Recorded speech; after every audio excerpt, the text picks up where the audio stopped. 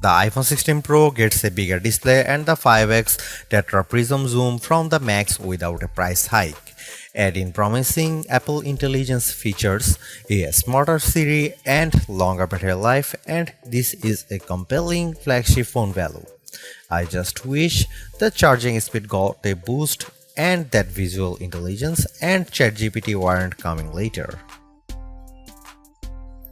The iPhone 16 Pro is still a compact phone, but there is a trade-off with getting a larger display. It's now more of a mid-size phone now as opposed to a small phone as the size and weight have grown.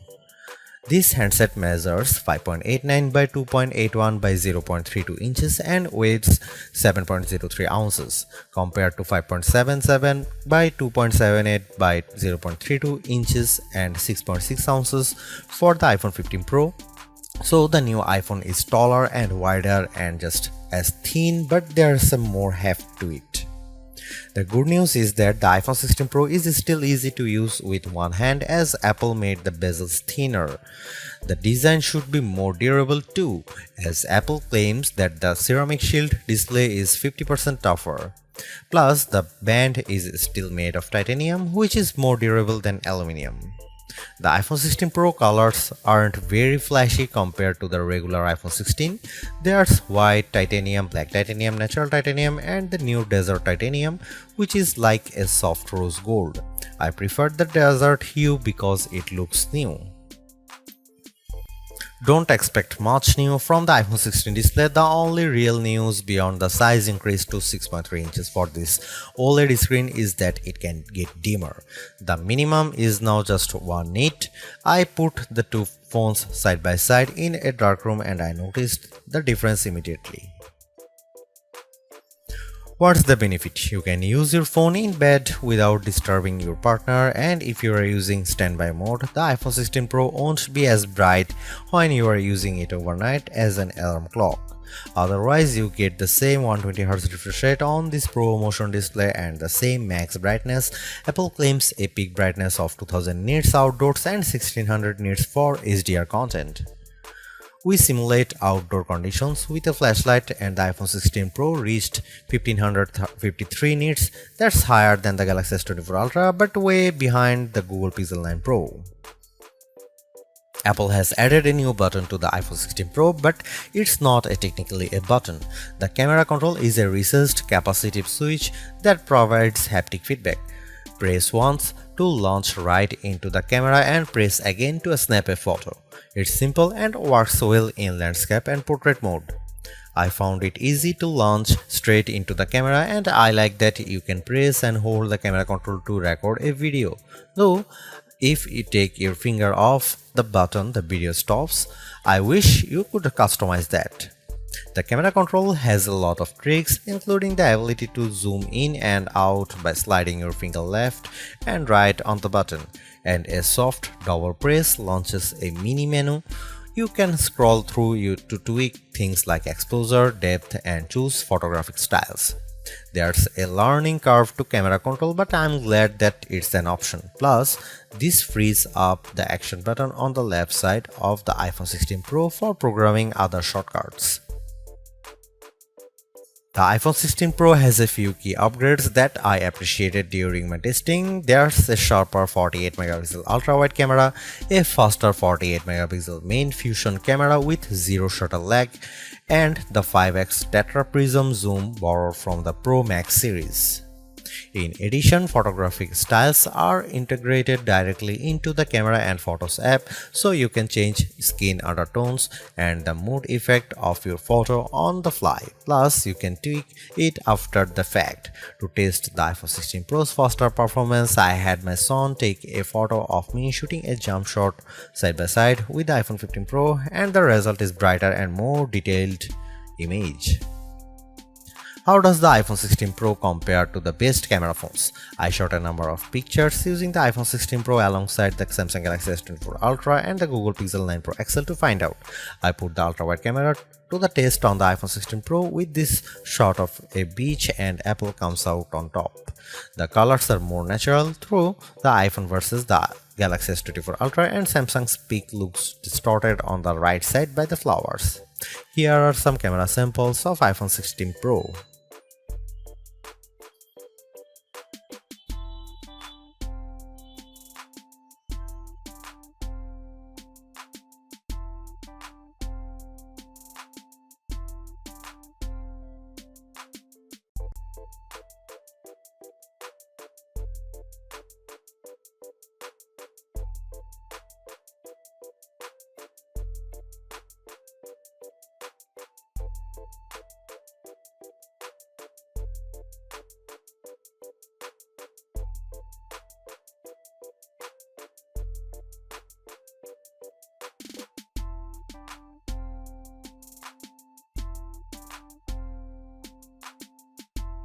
Hey Siri, are you smart yet?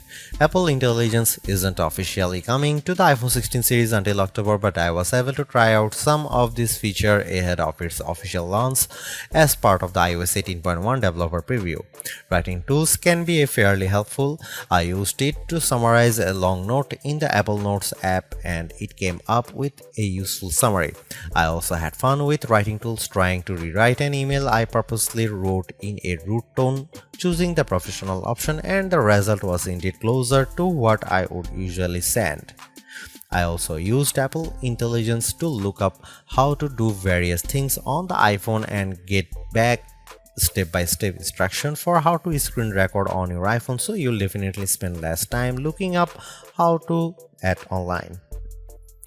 On the Photos front, my favorite Apple Intelligence feature is Memory Movie. You can give the Photos app a prompt like a beach memories through the years with an upbeat soundtrack, and you will see the AI go to work sifting through all your photos and videos, and the end result was pretty satisfying, fittingly ending with a sunset peak.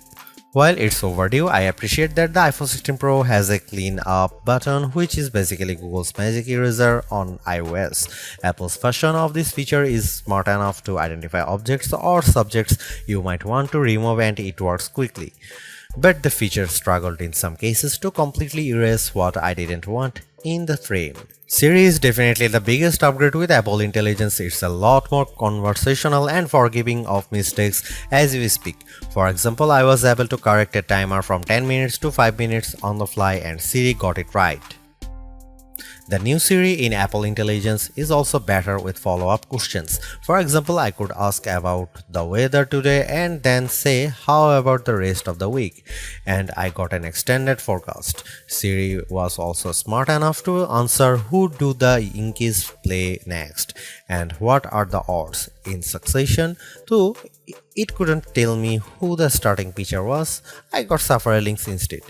Another plus is that you can talk to Siri just by typing. You tap the bottom of the iPhone 16 Pro to enter your query, which comes in handy when you can't talk. Siri is definitely getting better, but it doesn't have that wow factor that you will experience with Gemini Live Voice or GPT-40 Voice, where it feels like you are having a real conversation with a chatbot. The iPhone 16 Pro packs Apple's new A18 Pro chip built on 2nd generation 3nm tech as well as 8GB of RAM. Based on our testing, it is indeed the fastest chip around, but not on every test. When I played Resident Evil Village, I was scared as I made my way down a snowy path and stumbled upon some dead birds. The graphics are console grade. I also got to play the Infinity Nikki game, which was in beta, and the lighting and water effects were very impressive. On Geekbench, which measures overall performance, the iPhone 16 Pro is 50% faster than the Galaxy S24 Ultra's Snapdragon 8 Gen 3 chip on single core and 15% higher on multi-core performance. The Pixel 9 Pro series is well behind. To test video editing performance, we use Adobe Premiere Rush and time how long it takes to transcode a 4K clip to 1080p. The new iPhone 16 Pro needed just 21 seconds, which is twice as fast as the S24 Ultra. On the graphics front, the iPhone 16 Pro features a 6-core GPU compared to 5 cores for the regular iPhone 16 models. Apple says you should get 20% faster performance than the iPhone 15 Pro. On the 3D Mark Solar Bay graphics test, which has support for ray tracing, the iPhone 16 Pro was 22% faster than the iPhone 15 Pro. However, that's still 18% behind the Galaxy S24 Ultra, which also delivered higher frame rates on the test. The iPhone 16 Pro Max features a new internal design with a graphite-clad aluminum substructure that's supposed to result in 20% better sustained performance. To test this claim, we ran the 3D Mark Wildlife stress test for 20 minutes. The iPhone 16 Pro turned in a stability score of 66%. It hit a higher overall loop score than iPhone 16 Pro Max but had a bigger drop-off. The Galaxy S24 Ultra's score was worse at 60.4%. Interestingly, the iPhone 16 Pro Max turned in a stronger stability score of 84%, which is better than the 75% from the iPhone 15 Pro Max. The iPhone 16 Pro gets a bigger battery life boost thanks to a larger battery and other efficiencies. On our benchmark test, which involves continuous web surfing at 150 nits of screen brightness, the new iPhone 16 Pro lasted 14 hours and 7 minutes, which is a big jump from the 10 hour and 53 minutes from the iPhone 15 Pro, and enough to just crack our list of the best phone battery life. The Google Pixel 9 Pro lasted 13 hours 37 minutes, so it was a bit behind. The larger Galaxy S24 Ultra endured for 16 hours 45 minutes.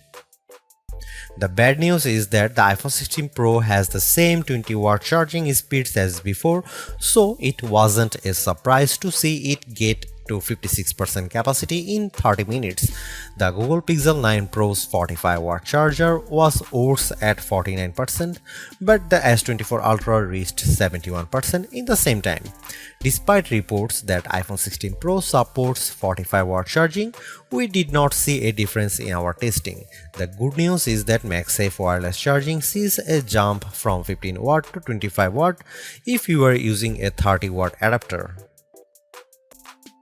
Overall, the iPhone 16 Pro is arguably the best flagship phone under $1,000. You get the same excellent cameras as the iPhone 16 Pro Max for $200 less, and I think the screen is big enough at 6.3 inches while being easy to use with one hand. I also like the improved battery life, handy camera control, and compelling audio mix feature for videos.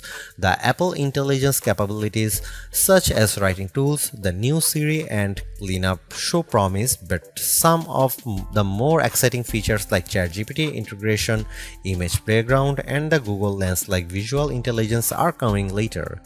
In terms of the competition, I think the Galaxy S24 Plus and Google Pixel 9 Pro have more compelling AI features right now, but I prefer the camera system from the iPhone in many cases and the extra performance from its A18 Pro chip. Should you upgrade to the iPhone 16 Pro? If you have an iPhone 13 Pro or older phone, I'd say yes, and if you have an iPhone 14 Pro, I'd say wait to see how well Apple Intelligence works once it fully rolls out before you buy.